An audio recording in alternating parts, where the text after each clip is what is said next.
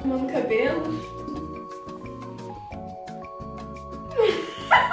Quer começar no design em 2024, mas não sabe como? Nesse vídeo eu vou te dar 7 dicas valiosas para você começar a trabalhar ainda esse ano com design. Vem comigo!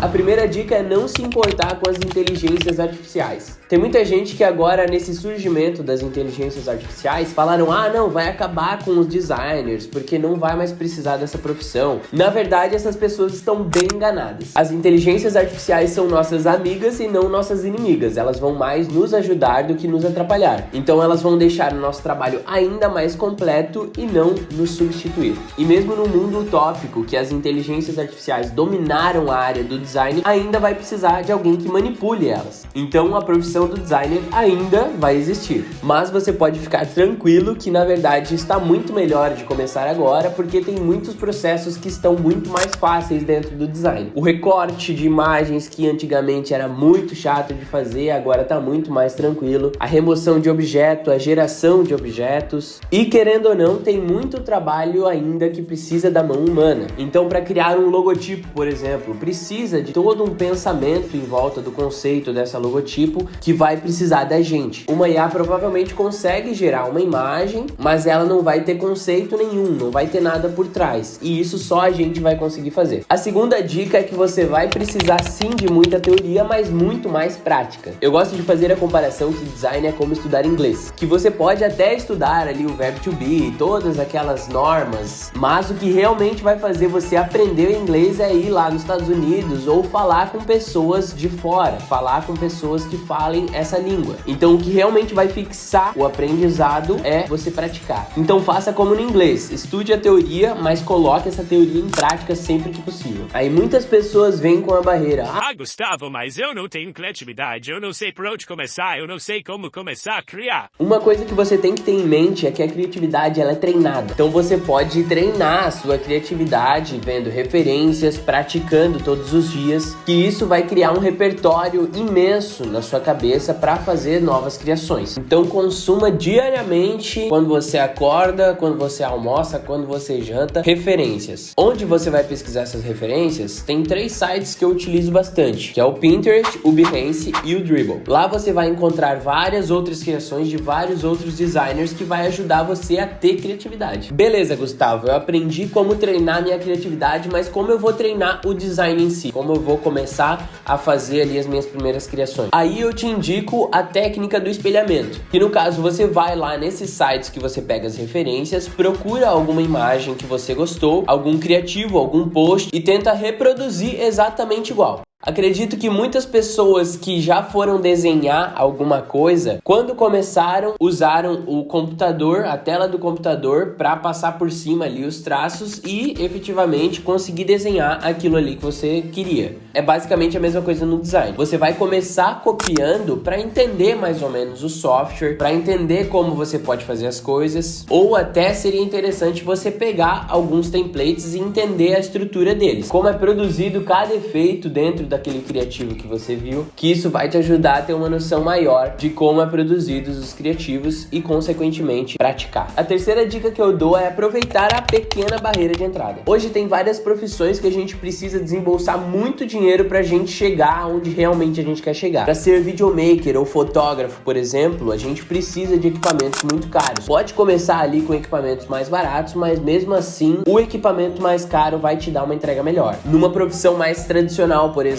alguma faculdade que você queira fazer, às vezes tem faculdades que são muito caras para você realmente conseguir começar a trabalhar com isso. Já no design é bem diferente. Você vai precisar basicamente de um computador e força de vontade. Hoje os softwares de design estão mais otimizados, então eles rodam melhor em vários computadores. Então você não precisa de um computador muito caro para conseguir rodar e já consegue fazer aí os seus primeiros trabalhos sem precisar desembolsar muito dinheiro. E agora, alerta, assunto polêmico por aqui. Quem me me acompanha no Instagram sabe que eu falo muito sobre o Canva. Mas sim, para você começar é muito interessante que você primeiro aprenda ele, porque ele é uma ferramenta muito mais intuitiva, ela é pensada para leigos e isso vai te dar uma noção básica de design e de software, de ferramenta, que quando você ir para o Photoshop tudo vai ficar muito mais claro. Mas use só para praticar. Você sendo um designer, você não pode comercializar e vender as artes e os criativos que você produz no aplicativo, porque tudo ali é como se fosse propriedade do Canva. Sem falar que vários materiais você não consegue produzir através dele. Por exemplo, identidades visuais. Você não consegue criar do zero. Então o que eu indico? Você começar a treinar por ele, olhar como é que as artes funcionam e como é que o layout de um software de design funciona. Mas a partir do momento que você se sentir limitado, que você quiser profissionalizar essa entrega e realmente começar a trabalhar com isso e vender isso, você precisa ir para outros softwares profissionais. Nossa, Gustavo, mas eu tenho um brechó aqui do meu bairro, eu não posso usar o Canva. Faço apresentação pra faculdade, eu não posso usar o Canva, por que tu não me deixa usar? Na verdade, se você não é designer, você tem que usar o Canva. O Canva é pra você. O problema é quando designers se dizem designers e fazem artes e vendem essas artes, vendem logos, vendem qualquer tipo de coisa pelo Canva. O próprio site já diz que é uma ferramenta para quem não tem acesso a design, para quem não tem acesso a esse conhecimento, para quem não quer contratar um design. Então seria para o microempreendedor lá que está querendo ajudar o seu negócio a começar sem precisar contratar alguém inicialmente. Então para essas pessoas que é o Canva. Então se você está usando para começar, para aprender, ótimo, tem que usar mesmo. Agora a partir do momento que começou a comercializar coisas, como tudo é propriedade do Canva dentro dessa plataforma, você pode atrapalhar os clientes que você vai atender, podendo causar complicações judiciais depois por tudo que ser da criação da plataforma não pertencer ao cliente que está pagando. Então ele vai pagar um negócio que não vai ser dele nem seu.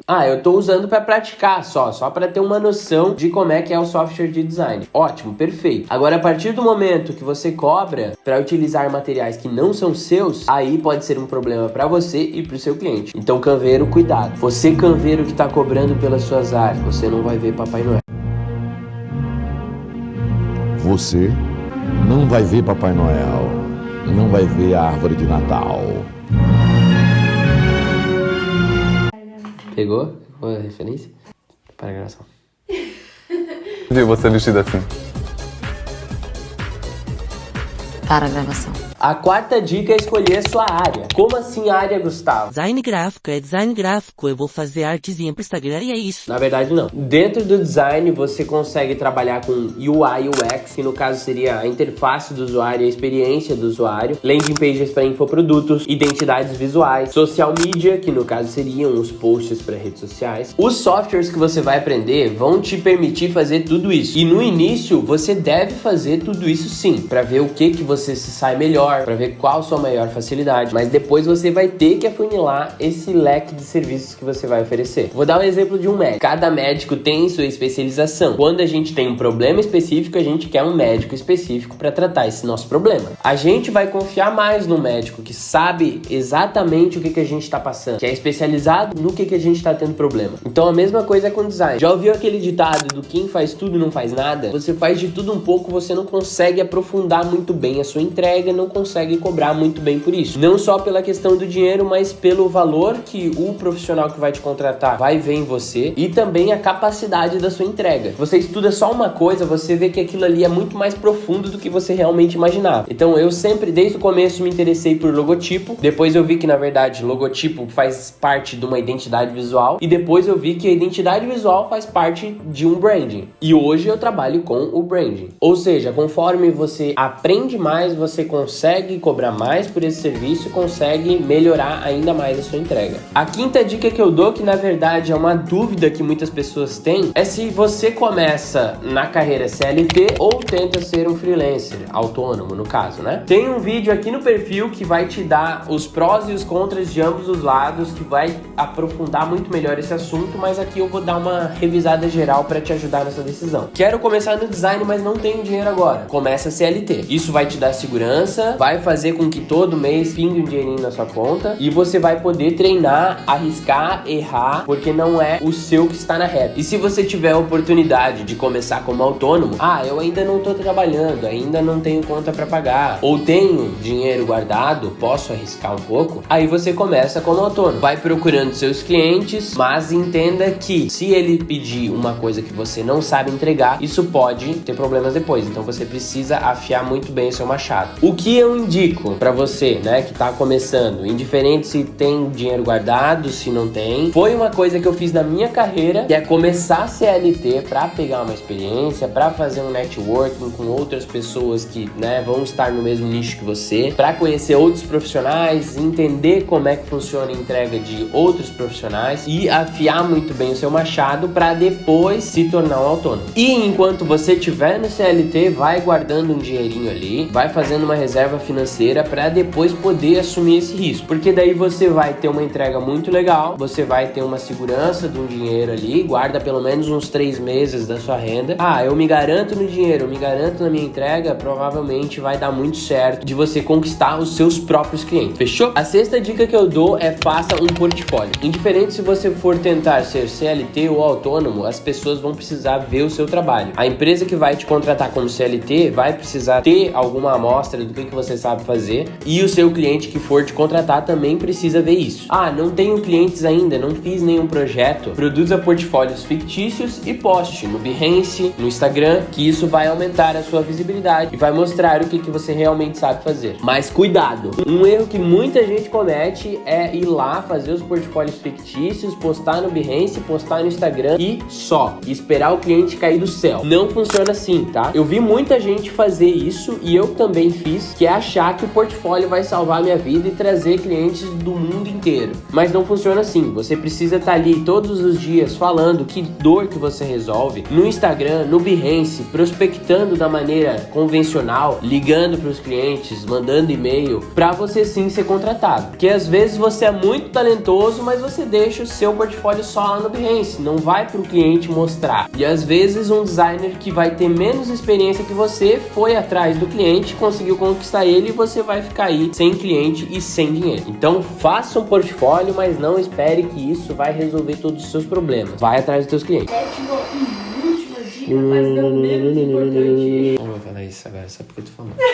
A sétima dica, mas não menos importante. E a sétima dica é começar com o que você tem. Este designer que vocês estão acompanhando aqui via YouTube começou no Photoscape, que eu acho que muita gente da nova geração do design nem vai saber o que é esse programa. E começou também com um computador que não era dos melhores. E essas foram algumas das minhas entregas quando eu comecei aí a ter os meus primeiros clientezinhos. Inclusive, meu primeiro pagamento para uma logotipo que eu fiz foi uma caixa de bombom. Comecei com equipamento ruim, com entregas ruins e com pagamentos ruins. Mas uma coisa era boa, a minha força de vontade. E isso vai te levar mais longe do que qualquer equipamento caro por aí. Não esperei ter o equipamento dos sonhos e nem a melhor entrega para começar a trabalhar com design. Tem uma frase do escritor americano Zig Ziglar que eu gosto muito de repetir ela, que é: você não precisa ser grande para começar, mas tem que começar para ser grande. Então, designer, tá esperando o quê? Começa! Se você gostou desse vídeo, curte e compartilha para 1000 amigos mais próximos.